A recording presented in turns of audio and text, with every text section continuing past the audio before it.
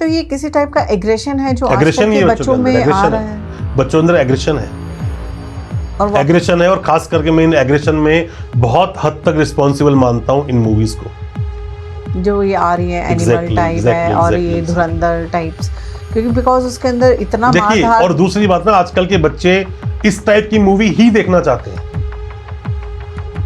इस टाइप की मूवी को और ज्यादा दिल लगाकर बच्चे देखते हैं। हाँ, वही एक इसके पीछे भी कहावत है, जैसा खाएंगे वैसा ही पाएंगे। ऑब्वियसली बात है। तो डेफिनेटली जैसा परोसा जा रहा है तो फिर देखिए, पर रोक नहीं, देखो आप बच्चे को कब तक आप रोक कर रखोगे, कब तक होल्ड करोगे आप। हम यहाँ बात कर रहे हैं कि बच्चों को फोन ना दिए जाए, वहाँ चाइना में लोगों को चैट जीपीटी क्या सिखा रहे हैं बच्चों को, छोटे छोटे बच्चों को। या तो बच्चे को इस कॉम्पिटिटिव वर्ल्ड में कॉम्पीट करने दो या फिर रोक के रखो। अभी तो हमें सोचना पड़ेगा। क्या सोशल मीडिया के ऊपर भी वीरेंद्र जी किसी को डीफेम करना क्राइम है? देखिए, डीफेम करना एक अलग चीज है, अपने दिल की बात बोलना एक अलग चीज है। अभिव्यक्ति की आजादी, आपका राइट टू स्पीच है, आपका आप बोल सकते हो, अपनी बातों को रख सकते हो कहीं पर भी आप, पर वो तब तक ठीक है जब तक कि आप किसी के अगेंस्ट बेबुनियाद बातें ना बोल रहे हैं। जैसे कि आजकल बहुत देखने को आ रहे हैं कि बहुत सारे इन्फ्लुएंसर्स हैं जो एक दूसरे को रोस्ट करते रहते हैं, तो क्या गलत है? वो सामने वाला क्लेम कर सकता है, डिफेमेशन डाल सकता है। लोगों को ना ज्यादा कुछ करने के लिए है नहीं, आप वहां पर अपनी एक इमेज डाल दो, नीचे 50 तो गाली लिख के लोग भेज देंगे जिनसे आपको कोई संबंध ही नहीं है, लेना देना नहीं है, आप उन्हें जानते तक नहीं हो।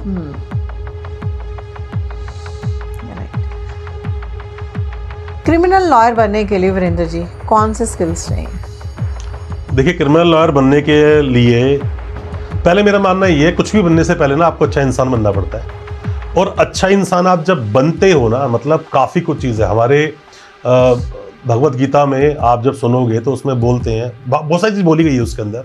आप जब सोचते हो ना तो और सोचते हो, सोचने की कैपेसिटी बढ़ जाती है। इंसान खाना शुरू करता है ना, खाने की वो बढ़ती चली जाती है उसकी वो लिमिट। तो उसी तरह से हम जब कोई भी काम हम करते हैं ना, आप थोड़े अच्छे बन जाओ और ठीक तरह से काम करने लगो, तो दुनिया की कोई ऐसी अदृश्य शक्ति होती है जो आपको उस मुकाम तक पहुंचाती है, आपका हाथ पकड़ लेती है वो कि मैं आपको साथ लेकर चलूंगी। मैं फर्स्ट जनरेशन लॉयर हूँ, मेरे घर में कोई पहले कोई वकील नहीं था। मैं यही पूछने जा रही थी। तो मैंने पर अपने अकॉर्डिंग मेहनत भी की, काम भी किया, और केसेस को इतना डीपली स्टडी किया, बुक्स को समझा, कोर्टों में जाकर बैठा करता था। बहुत पहले की बात है, कोर्ट जाकर बैठ के सुना करता था प्रोसीडिंग्स क्या चल रही हैं। आजकल सब कुछ ऑनलाइन अवेलेबल है, आप ऑनलाइन देख सकते हो। पर मेरा ये मानना है, अच्छा वकील बनने के लिए पहले अच्छे इंसान बनो, क्योंकि जब आपके सामने कोई इंसान केस को लेकर आएगा तो पहले आप उसकी जगह पे अपने आप को रख के देखो कि क्या हुआ होगा। तो क्या आप भी कोई कनेक्शन फील करते हैं आपके पास जो आते हैं? देखिए, वैसे तो हमारे पास एक केस आ गया तो बेटर है कि मैं उस केस पर ज्यादा ध्यान दूं, तो मुझे ज़्यादा कनेक्टिविटी नहीं बनानी चाहिए। पर पहले जब तक मैं समझूंगा नहीं ना उस चीज को, तब तक मैं उस केस को अच्छे से प्रेजेंट नहीं कर पाऊंगा। तो आप कितना परसेंटेज लेके चलेंगे? अगर मैं आपको बोलूं 100% में से कितनी आप कनेक्टिविटी रखते हैं और कितना एज एन प्रोफेशन अब एडवोकेट? जब मेरी फर्स्ट मीटिंग किससे होती है ना, तब तो मैं 100% कनेक्टिविटी रखता हूँ, क्योंकि वो एक डेट है जब मैं सब कुछ उससे जान सकता हूँ, सब कुछ पूछ सकता हूँ और वो बताएगा। उसके बाद हो सकता है वो कॉन्फिडेंस में हो, मेरे ना हो, या बातें बताए या ना बताए। खास करके जो लोग जेल में बंद है ना, हम जब जेल मीटिंग के लिए जाते हैं उनको ज्यादा प्रॉब्लम होती है। हालांकि वो अगर मुझसे वीडियो कॉन्फ्रेंस से बात कर रहे हैं तो कहीं रिकॉर्डिंग नहीं होती है उसकी, और उसकी कोई एडमिसिबिलिटी है भी नहीं, बट फिर भी वो बात करते हुए डर रहे होते हैं। तो ऐसा होता है कि अच्छे वकील को, अच्छे क्रिमिनल वकील को बनने के लिए उसकी कुंडली लिखी जाएगी ट्रायल कोर्ट में, जहां से उसने शुरुआत की। मैं सोचूं सीधा हाई कोर्ट जाके, सुप्रीम कोर्ट जाके प्रैक्टिस शुरू कर दूं, एक वक्त के बाद हम लोग भी सुप्रीम कोर्ट तक पहुंचे, तो आपको पहले ट्रायल कोर्ट में एक अच्छी प्रैक्टिस करनी पड़ेगी। वहां से कुंडली आपकी लिखी जाएगी, किस टाइप के वकील आप बनने जा रहे हैं। अगर केसेस ही नहीं है तो क्या अच्छे वकील बनोगे आप? एक वकील को, एक एडवोकेट को बोलते हैं ना कि bad criminals makes a good advocate.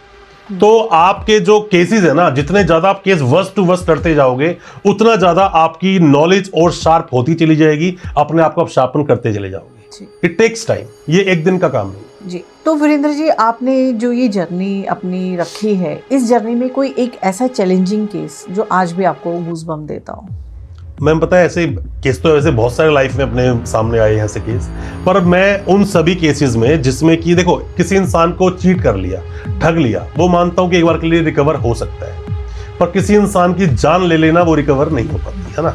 तो कई बार ऐसे भी हैं जो ऑर्गन्स लोगों को सप्लाई करते हैं। ऐसे केसेस सामने आए कई बार देखने में।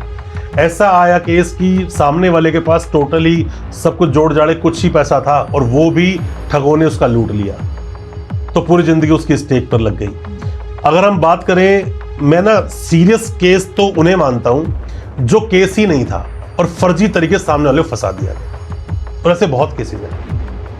गैंग रेप में बहुत मिलेंगे आपको, पॉक्सो में बहुत मिलेंगे, एनडीपीएस में बहुत केस मिलेंगे। ऐसे ये केस ज्यादा होते हैं, एनडीपीएस से बहुत सारे होते हैं, पॉक्सो बहुत सारे होते हैं। विटनेस का क्रिमिनल केस में क्या रोल होता है? विटनेस का पूरा रोल है। अब मैं आपको यहाँ पे ना एक एग्जांपल देकर समझाता हूँ।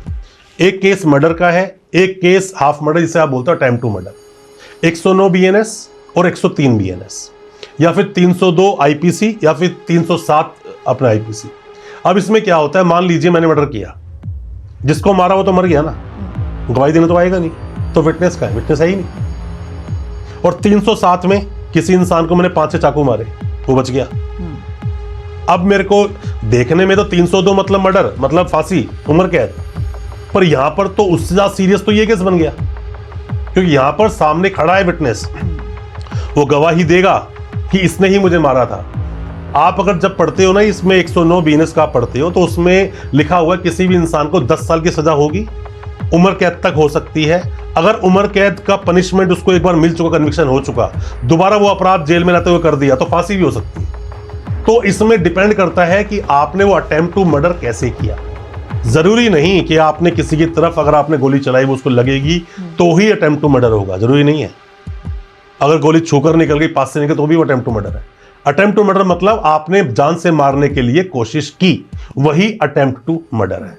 क्रिमिनल केसेस में कॉम्प्रोमाइज पॉसिबल है? बिल्कुल पॉसिबल है। हालांकि आप किताब पढ़ोगे ना, उसमें लिखा हुआ है नॉन कंपाउंडेबल।